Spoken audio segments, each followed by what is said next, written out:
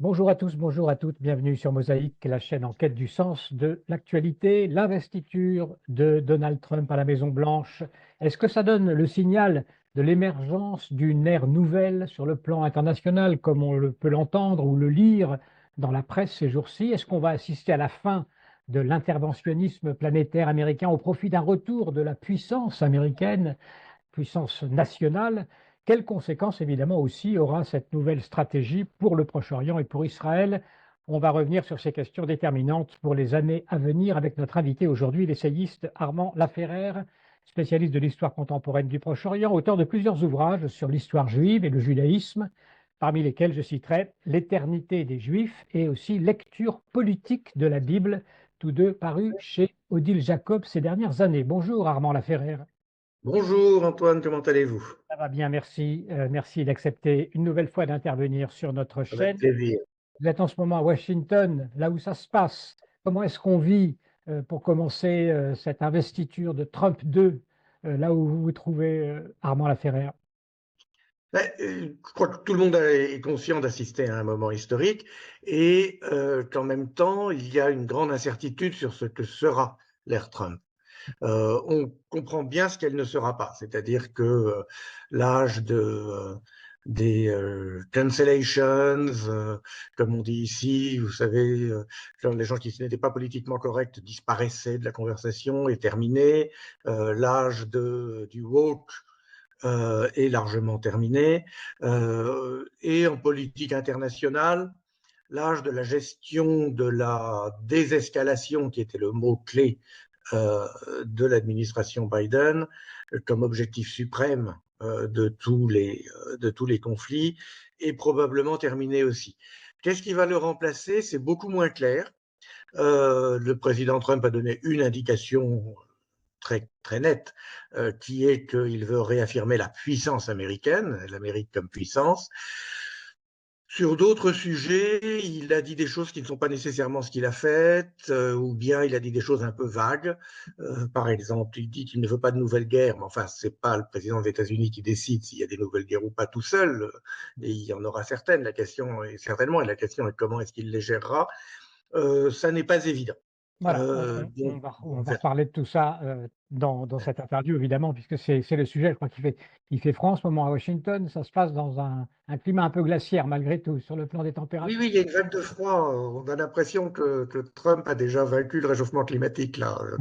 Ça va être toutes les cérémonies de l'intronisation ont été réorganisées au dernier moment Voilà. pour éviter que les gens meurent de froid à Encore l'extérieur. une victoire de Trump avant même son investiture. Blague à part, on va revenir sur ces changements. Un mot quand même avant cela, parce que c'est aussi l'actualité évidemment qui nous intéresse. L'accord de cessez-le-feu à Gaza, diversement apprécié en Israël, c'est le moins qu'on puisse dire. Quel est votre point de vue à vous, Armand Laferrère? Mon point de vue, c'est qu'il faut peut-être éviter les commentaires extrêmes dans un sujet qui a été très compliqué, qui a pris des mois et des mois à négocier, et que je vois de ci, de là des condamnations totales ou des moments d'admiration totaux. C'est pas possible. Quelque chose d'aussi complexe ne peut pas être entièrement blanc ou noir. Pour vous dire mon analyse, qui ne vaut que ce qu'elle vaut, hein, euh, de toute manière, il ne faut pas oublier qu'un accord avec une organisation terroriste, c'est nécessairement un mauvais accord. C'est-à-dire que du jour où on dit nous voudrions que vous nous rendiez nos otages, on se condamne à faire un accord illégal puisqu'on a dit ce qui était important pour nous et donc forcément qu'on accepte quelque chose en contrepartie.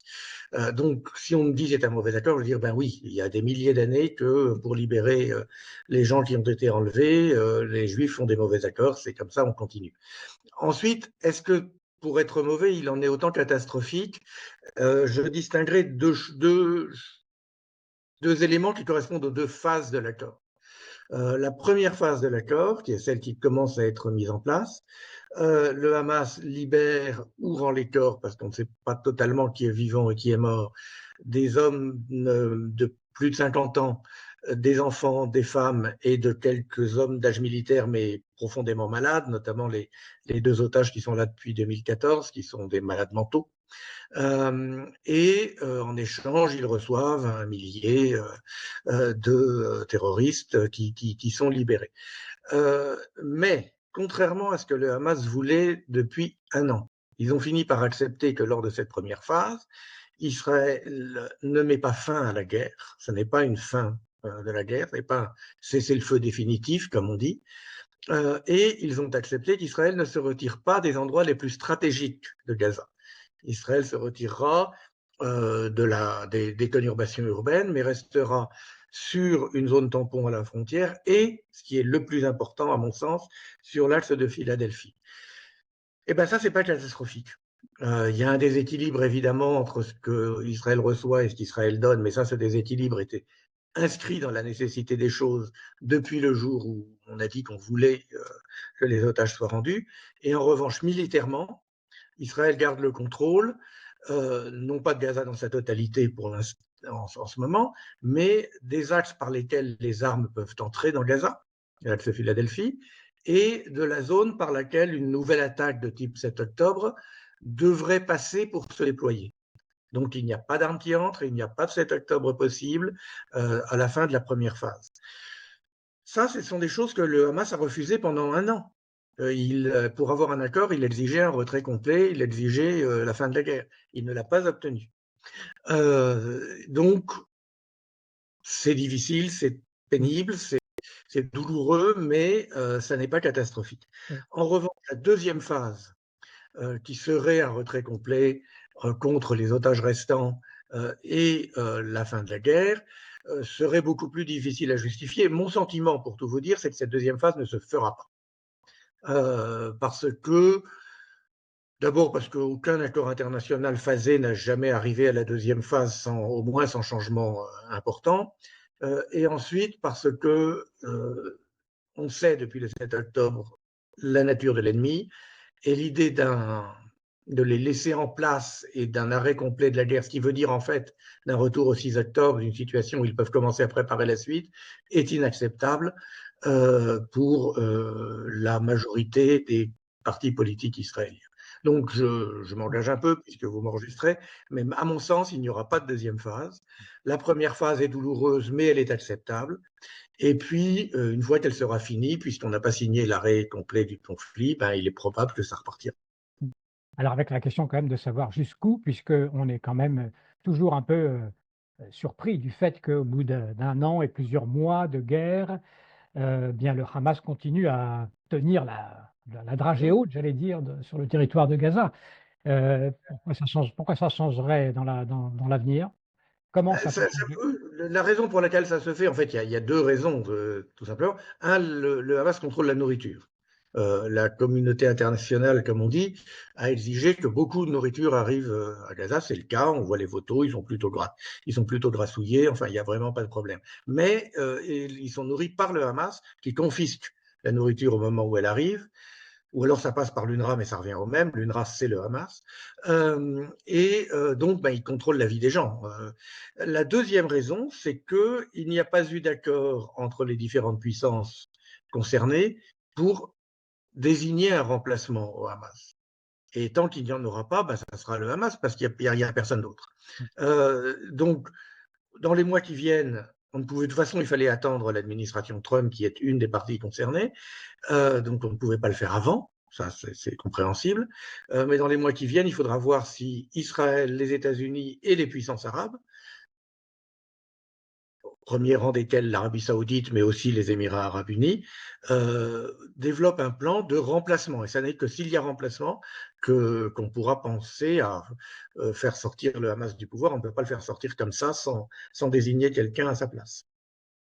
Merci beaucoup pour avoir parlé franchement sur cet accord et de nous avoir donné votre sentiment. Revenons à Trump, Trump 2 à la Maison-Blanche.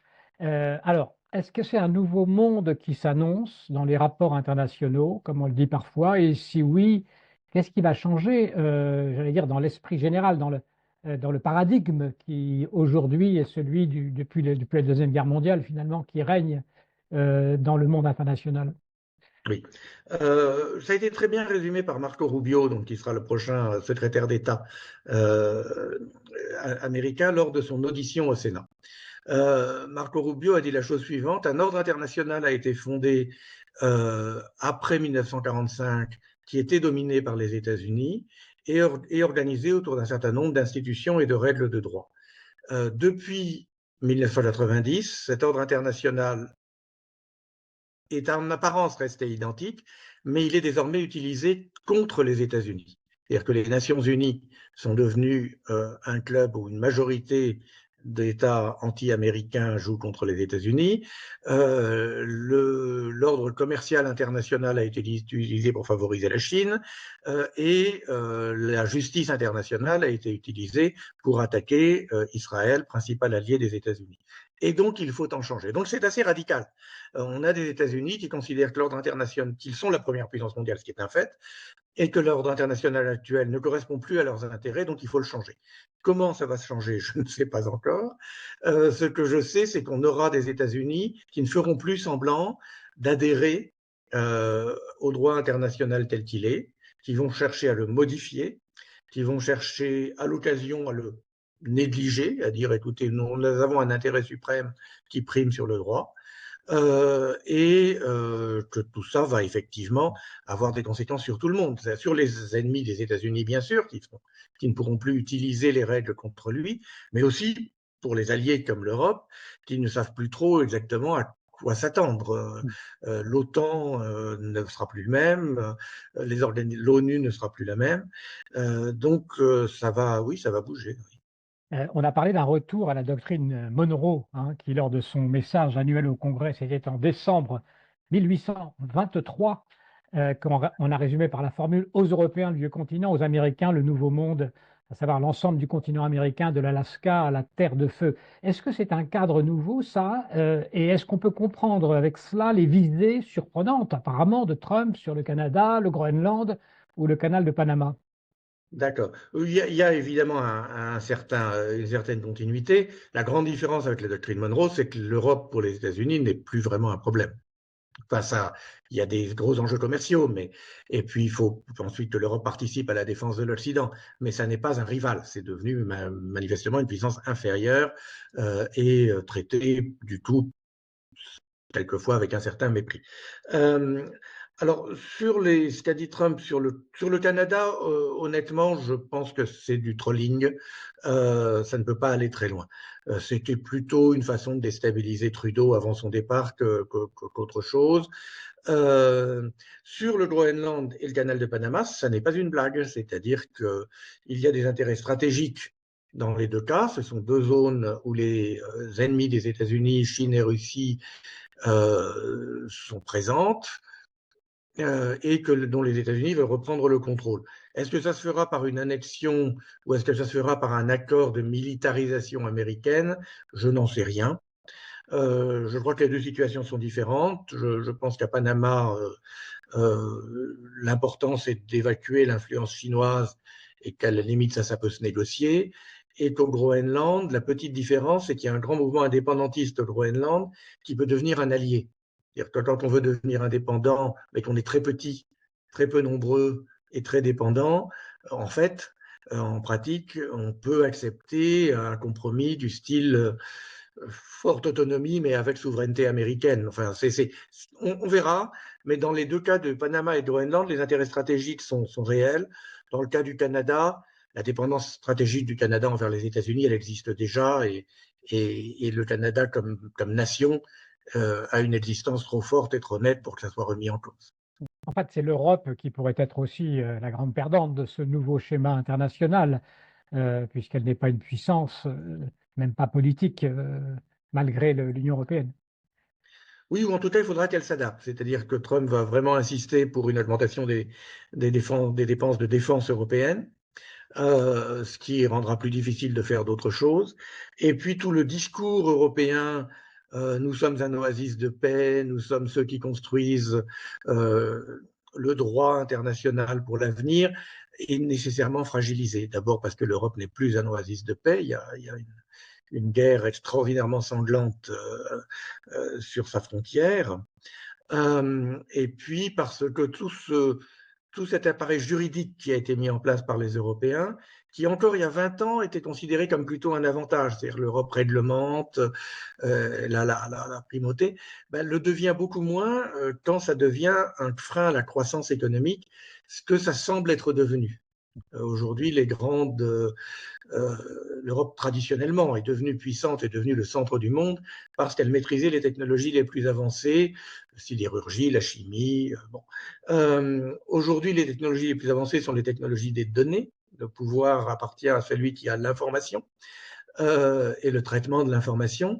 Et tout ça se passe aux États-Unis, un peu en Asie, un peu en Israël, bon, mais quand même vraiment massivement aux États-Unis et pas en Europe. Donc la dépendance technologique de l'Europe est maintenant une chose malheureusement faite et elle ne peut plus être compensée par le travail réglementaire qui, au contraire, commence à avoir des effets pervers. Alors ça nous amène, avant de revenir à la situation au Proche-Orient, ça nous amène à une question, une sous-question, j'allais dire, sur ce fameux Elon Musk et sa stratégie à lui sur le plan géopolitique. Est-ce qu'il en a une? Est-ce que c'est la même que Trump? Est-ce que ça peut être différent? Est-ce que les deux hommes vont rester alliés pendant tout le mandat de Trump? Ça serait surprenant. Deux personnalités aussi fortes euh, et que Trump et Musk peuvent difficilement, me semble-t-il, rester alliés éternellement. Il y a nécessairement un moment alors je ne sais pas quand et je ne sais même pas si ça se produira, mais ça ne m'étonnerait pas qu'à un moment chacun fasse son chemin. D'autant plus que leurs idéologies sont assez différentes quand même. Trump représente la puissance américaine euh, et Musk représente c'est un terme qui est devenu un gros mot en France, ou en tout cas qui est mal interprété, mais représente le libéralisme théorique dans sa plus pure incarnation. C'est-à-dire, c'est quelqu'un qui dit il faut arrêter de censurer les discours doivent être libres, qui le fait d'ailleurs jusqu'au point de recevoir lui-même sur son propre réseau, d'être corrigé par des notes de communauté, et ça ne le gêne pas. C'est-à-dire qu'il est assez, il y va très loin, et on voit que c'est assez sincère. Et en matière économique, c'est un peu le contraire de Trump. C'est quelqu'un qui dit, qui fait l'éloge du président Milei en Argentine pour avoir rétabli un excédent budgétaire. Il ne va pas y avoir beaucoup d'excédents budgétaires sous Trump, hein, c'est pas le sujet. Ils ont des idéologies différentes, ils sont alliés contre le monde qui se termine demain, le monde de réglementation et de politiquement correct qu'incarnait le Parti démocrate. Mais je ne serais pas surpris qu'à un moment ou à un autre du mandat, chacun aille de son côté. Est-ce qu'on a sur Musk il a des idées sur le Proche-Orient ou vous avez l'impression qu'il Non. a quelque chose à dire en particulier? Non. Bon, alors on Non, va. il n'a pas l'air de connaître le sujet. Personne ne peut, enfin, on peut pas le lui reprocher. Hein. Personne ne peut s'intéresser à tout. Et non, lui, en revanche, est très intéressé par la politique britannique, ce qui est très fréquent chez les Sud-Africains de langue anglaise.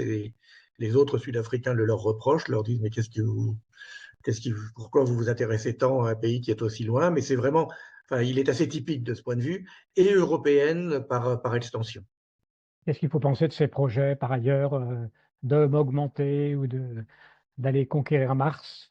Ça s'intègre comment Ben, dans sa philosophie, dans sa philosophie? il est beaucoup plus intelligent que moi. Hein. Donc, moi, tout ce que j'ai à dire, c'est j'ai un petit problème avec Mars, c'est qu'il n'est pas techniquement possible d'y établir une atmosphère. Et vivre sur une planète sans atmosphère, ça me paraît un petit peu compliqué. Mais je ne suis pas un magicien de la technologie comme lui, donc il a peut-être une réponse à ça. Voilà. Emmanuel Lévinas disait, s'il y a des hommes sur Mars, sans doute il doit aussi y avoir des Juifs. Euh, Absolument. Trump, Trump Et un maintenant. bête rabat. Il y aura sûrement un rabat-douille. Est-ce que Trump va forcer la main à Netanyahou pour la suite, comme il semble quand même que ça a été le cas un peu pour cette séance pour les otages, et en particulier pour la gestion de l'après-Gaza, dont vous nous parliez tout à l'heure, et aussi avec la perspective de cette solution à deux États. Nous allons reprendre dans quelques instants le fil de cet entretien, quelques petites secondes, le temps de vous rappeler que notre chaîne est totalement indépendante et n'existe que grâce à votre soutien. Si vous souhaitez donc nous aider à nous développer, vous pouvez cliquer sur le lien qui figure dans la description de cette vidéo et qui vous mènera jusqu'au site Buy Me a Coffee où vous y trouverez plusieurs options pour soutenir la chaîne Mosaïque. Merci vraiment à toutes et à tous Et nous reprenons donc maintenant notre entretien. Trump n'est pas amoureux d'une solution à deux États. Hein. C'est pas, il n'a jamais dit que c'était vraiment ça qu'il fallait faire. Bon, en revanche, est-ce qu'il va forcer la main à Netanyahou? Ben oui, par définition, comme tout président des États-Unis force la main à tout Premier ministre. Enfin, ça, c'est malheureusement pas toujours sur le détail opérationnel, mais rien de fondamental, de structurel ne peut être fait sans les États-Unis. Donc, la gestion de l'après-Gaza sera le résultat d'un accord entre les États-Unis, les puissances arabes. Quand je dis arabes, péninsule arabique, et Israël. Le détail est à examiner, mais fondamentalement, la seule solution durable, c'est de remplacer le Hamas par un pouvoir qui sera de fait un pouvoir client de l'Arabie saoudite ou et des Émirats arabes unis. Sous quelle forme, à quelle échéance, je ne sais pas. Euh, Euh, et et donc, par rapport à la Cisjordanie, également, il y aurait en une... fait, en pratique, on va faire une séparation des deux, parce que Abou Mazen, là, cette semaine et la semaine dernière, est venu pour expliquer il faut absolument que je contrôle la Cisjordanie, mais que je contrôle Gaza, pardon, mais tout le monde lui rionnait. Enfin, il n'en a pas les moyens. Donc, est-ce que le nouveau contrôle de Gaza que j'envisage sera allié, et puis Abou Mazen a 87 ans, donc il y a forcément des choses qui vont changer dans les années à venir du fait du cours naturel des choses. Est-ce que ça sera unifié ou pas? Pour l'instant, on va plutôt dans le sens de solutions différentes pour Gaza et pour l'autorité palestinienne. Je reformule ma question un peu plus théoriquement. On va dire, est-ce que les intérêts de Trump et ceux d'Israël peuvent diverger profondément à un moment donné ou à un autre, selon vous? C'est possible, mais il y a quand même beaucoup de points communs. C'est-à-dire que normalement, Trump comme Israël a intérêt à un changement en Iran, qui est la chose la plus importante. Comment, quand, Justement, qui alors est encore au pouvoir. cette intervention contre la menace nucléaire iranienne, dont on Voilà. disait qu'elle était à l'agenda, est-ce qu'elle est toujours inscrite du côté israélien, du côté américain? Est-ce- Trump, très sagement, quand les journalistes lui posent la question, répond, écoutez, vous imaginez bien que si j'avais des plans, je ne vous les dirais pas. Ce qui me paraît, ce qui me paraît assez sage. Il est clair que ça sera au centre des discussions. Comment ça se terminera, je ne sais pas. Le pouvoir iranien est quand même vraiment très affaibli. Enfin, on le voit. Il est affaibli militairement, ils n'ont plus de défense aérienne, son impopularité est manifeste, c'est un pouvoir fondé sur la religion et les mosquées sont vides dans tout l'Iran, ce qui est un phénomène quand même assez frappant. Les gens ne vont plus à la mosquée en Iran, alors que le pouvoir s'appuie sur la légitimité religieuse. L'arrivée de Trump menace sans doute de nouvelles sanctions. Donc, la logique des choses serait qu'il y ait un intérêt commun à faire changer le pouvoir. Comment, quand, militairement ou par l'usure, j'en sais rien. On verra. Mais ce seront des discussions intéressantes qui vont avoir lieu entre Netanyahou et Trump dans les mois qui viennent. Ouais. Affaibli, mais malgré tout, la question, c'est ce seuil nucléaire dont on parle beaucoup, Oui, qui, de toute façon, même dans un État affaibli, peut être une menace, comme les absolument. Israéliens le disent. Est-ce que sur ce plan-là, il n'y a pas, il ne serait pas, entre guillemets, pensez-vous souhaitable qu'il y ait cette intervention précisément sur la menace nucléaire? Je pense que ce serait souhaitable de toute manière pour les Iraniens eux-mêmes, enfin, qui en ont quand même marre de ce régime, et parce que ça marquerait la fin du régime. Ce qu'on constate quand même en ce moment, et depuis des mois, c'est que ils ne sont pas en train d'accélérer pour construire une bombe atomique. Et ce qu'ils ont compris deux choses. Ils ont compris, un, que tout le monde sait tout. C'est-à-dire que le Mossad, la CIA, je ne sais pas, enfin, en tout cas, le niveau d'information sur ce qui se passe à l'intérieur de l'Iran chez ses ennemis est excellent, très précis. Et deux, ils ont compris que s'ils veulent vraiment accélérer dans ce sens, là, pour le coup, ils signent leur arrêt de mort. Ça fait partie de leur affaiblissement. Spontanément, j'aurais tendance à penser qu'il vaut mieux résoudre le problème à l'avance, mais d'autres plus puissants que moi peuvent avoir d'autres calculs et ils savent plus de choses que moi de toute manière. Alors, puisqu'on en est à ouvrir de nouvelles pages, puisqu'on a l'impression d'être dans une nouvelle période, Armand Laferrère, pour Israël, si on regarde un peu plus loin sur le plan politique, sur le plan de la société, sur le plan de comment ce pays va sortir de toutes ces épreuves dans les années qui viennent, comment vous voyez cela? Est-ce qu'il y aura un changement qui va s'opérer? Je suis naturellement optimiste, mais il faut reconnaître qu'il y a un certain nombre de difficultés importantes à résoudre. La principale, c'est l'équation politique, qui est devenue... Il y a bien une solution, mais on semble en être loin. Elle est devenue difficile parce que, d'une part, l'ancienne gauche israélienne a perdu finalement sa base politique est maintenant réduite à la bourgeoisie de Tel Aviv, de Herzliya et de Kfar Shmariahu. Ça va pas très loin, même si ce sont des gens très puissants, ce sont des gens très influents, qui ont des antennes internationales, qui sont présents. Mais ça fait pas une majorité, ils sont pas très nombreux. Or, dans une démocratie, surtout dans une démocratie à la proportionnelle intégrale, tout ça ne va pas très loin. Et en revanche, la majorité de Netanyahou, qui est une majorité entre sionistes de droite, sionistes religieux et non sionistes, et religieux non sionistes, est quand même extraordinairement fragile. On le voit en ce moment, hein, puisque un des deux partis sionistes religieux va se retirer, le deuxième menace de le faire. Les non-sionistes, pour l'instant, sont assez calmes, mais ils coûtent très cher au budget. Donc, je ne vois pas trop comment cette coalition peut durer éternellement. Elle a trop de contradictions internes. Moi, j'aurais bien une solution, Alors, vous allez nous le dire. voilà, qu'il faudrait une alliance de tous les partis sionistes, de droite, de centre, et puis ce qui reste de gauche, mais il ne reste pas grand-chose. Et là, ça fait une majorité qui irait du Likoud à Yair Lapid, à Benny Gantz, et ça marche. Enfin, on a plus de 60 sièges si on fait ça. Mais les relations personnelles sont un peu difficiles, il faut bien le reconnaître. Oui, ça fait dans une ère post-Netanyahou, c'est quelque chose qui peut Ça fait s'améliorer. probablement dans une ère post-Netanyahou. Pour le coup, ça serait une majorité qui aurait sans doute moins de contradictions avec les sionistes religieux. Il y en aurait quand même encore parce qu'ils sont complètement obsédés par l'idée qu'il faut entrer sur de nouveaux territoires. Et autant je comprends pour la partie de la Judée-Samarie où les Juifs sont déjà, autant quand ils commencent à parler de Gaza ou même du Liban, il y en a qui parlent du Liban, ça me paraît un petit peu excessif. Bon, mais ça peut se négocier si on se concentre sur la zone C. Mais en tout cas, effectivement, il est probable que ce genre d'accord ne serait possible que sans Netanyahou, qui est un jour qui viendra pareil, hein, ça viendra un jour de toute manière.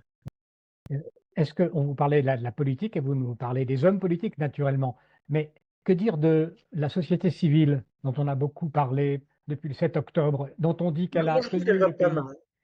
Je trouve qu'elle va pas mal, la société civile, franchement. Alors, en ce moment, il va y avoir une phase un peu dépressive du fait des conditions dans lesquelles se fait l'accord, enfin, nécessairement, parce que ces diables du Hamas font en sorte que ça soit le plus douloureux possible, enfin, il y a un sadisme de la part de nos ennemis qui forcément impacte le moral. Mais le moral, moi j'étais en début janvier, donc il y a peu de temps, encore en Israël, et le moral était plutôt bon. Et plutôt bon parce que d'abord est apparue une génération qui a surpris tout le monde en bien. C'est-à-dire que les jeunes Israéliens dans les deux guerres, à Gaza comme au Liban, ont montré que on est très loin de ce que dit le reste de l'Occident sur une génération TikTok, qui pense à rien, qui était sur ses ordinateurs. On est sur des gens héroïques et motivés. Donc ça fait quand même plutôt du bien à voir. L'économie a tenu, malgré une guerre très importante sur deux fronts. Le sentiment national a plus que tenu, il a été renforcé, c'est-à-dire que le 6 octobre, tout le monde n'aurait pas deviné qu'il y aurait une telle unité dans la réponse. Les divisions internes sont douloureuses, mais comment dire, c'est un peu toujours comme ça en Israël, la rhétorique est toujours plus importante que la réalité. Donc, non, je suis pas pessimiste sur la société civile. Vous avez écrit un livre, je le disais, qui s'appelle Lecture politique de la Bible. Est-ce qu'on peut faire une lecture biblique de la politique? Bon, c'est-à-dire, est-ce qu'on peut penser Israël aujourd'hui à la lumière de la tradition biblique? Alors, on ne peut pas penser Israël sans référence à la tradition biblique. Enfin, le caractère très spécifique et unique de la vie politique israélienne est l'héritier direct de la Bible et du Talmud.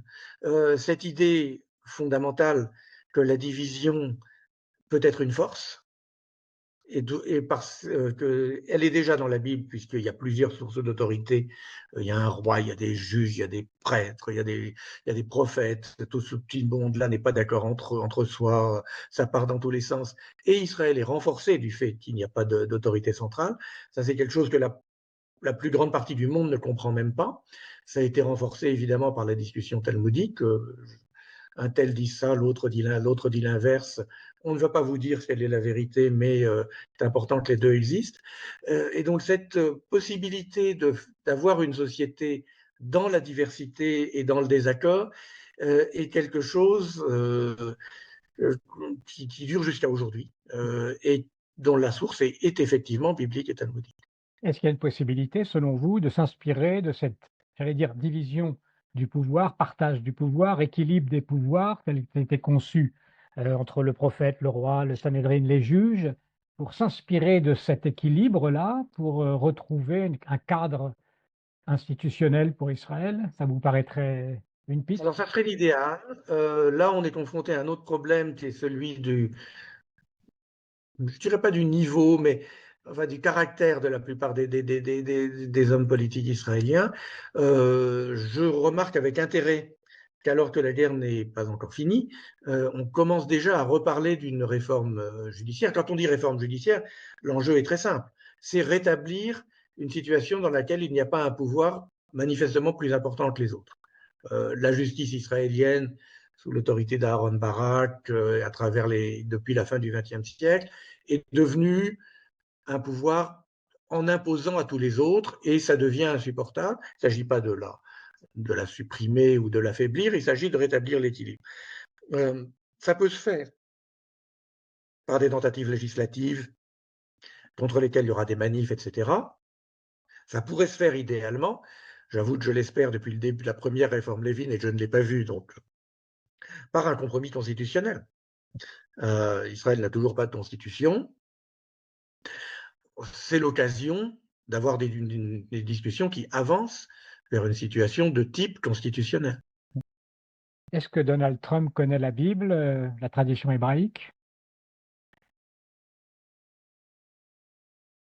Je crois pas que Donald Trump ait lu beaucoup de choses. Et alors, il a lu Sun Tzu, hein. C'est très clair quand il le cite. Il a C'est-à-dire dû le entendre. stratège chinois, oui.